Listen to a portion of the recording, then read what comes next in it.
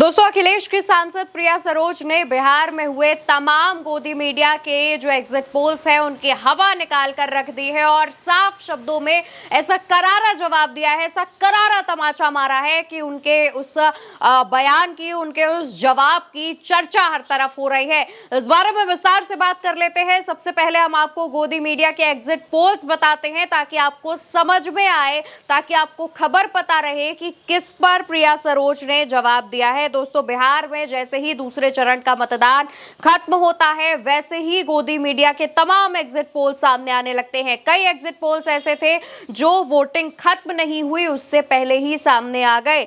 उन exit polls पर बात करें, न्यूज 18 का एग्जिट पोल जिसमें एनडीए को 140 से 150 सीटें दी जा रही हैं। सोचिए, दूसरे चरण का जो मतदान है वो खत्म नहीं हो पाया, उससे पहले ही एनडीए को 140 से 150 सीटें दे दी गई। महागठबंधन को 85 से 95 सीटें दी गई हैं। अन्य के खाते में 5 से 15 सीटें जा रही हैं। दूसरी तरफ एक और गोदी मीडिया चैनल न्यूज 24 जो कि एनडीए को 152 सीटें दे रहा है, महागठबंधन को 84 सीटें, अन्य के खाते में 7 सीटें जा रही हैं। एक और गोदी मीडिया का चैनल टाइम्स नाउ जिसमें एनडीए के खाते में 143 सीटें जा रही हैं, महागठबंधन के खाते में 95 सीटें जा रही हैं, अन्य के खाते में 5 सीटें जा रही हैं। ये कुछ गोदी मीडिया के वो चैनल्स हैं जो लगातार बिहार में एनडीए की सरकार बना रहे थे और जैसे ही गोदी मीडिया की ये तमाम एग्जिट पोल सामने आने लगते हैं, जबकि दूसरे चरण का जो वोटिंग है वो खत्म नहीं हुई थी, जैसे ही ये तमाम एग्जिट पोल सामने आते हैं, इन पर लताड़ लगाते हुए, उनको करारा तमाचा मारते हुए अखिलेश की सांसद प्रिया सरोज का एक ट्वीट जो है वो सामने आता है, एक पोस्ट सामने आती है जिसमें प्रिया सरोज लिखती हैं पेड एग्जिट पोल, यानी कि पैसा दिया हुआ एग्जिट पोल, खरीदा हुआ एग्जिट पोल।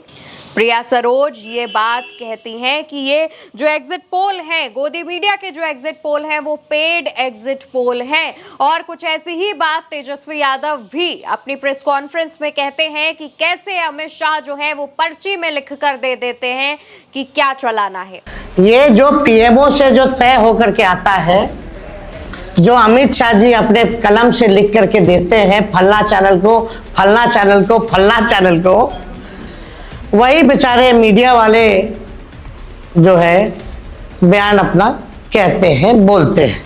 इसके अलावा दोस्तों, जो एग्जिट पोल सामने आ रहे हैं उसमें करीब अब तक के अगर हम मोटे तौर पर देखें तो 15 से ज्यादा ऐसे एग्जिट पोल, करीब जो देखें तो 17 ऐसे एग्जिट पोल्स हैं गोदी मीडिया के जिसमें एनडीए की सरकार बन रही है। एक एक एग्जिट पोल पर अगर बताएंगे तो वीडियो बहुत लंबा जाएगा।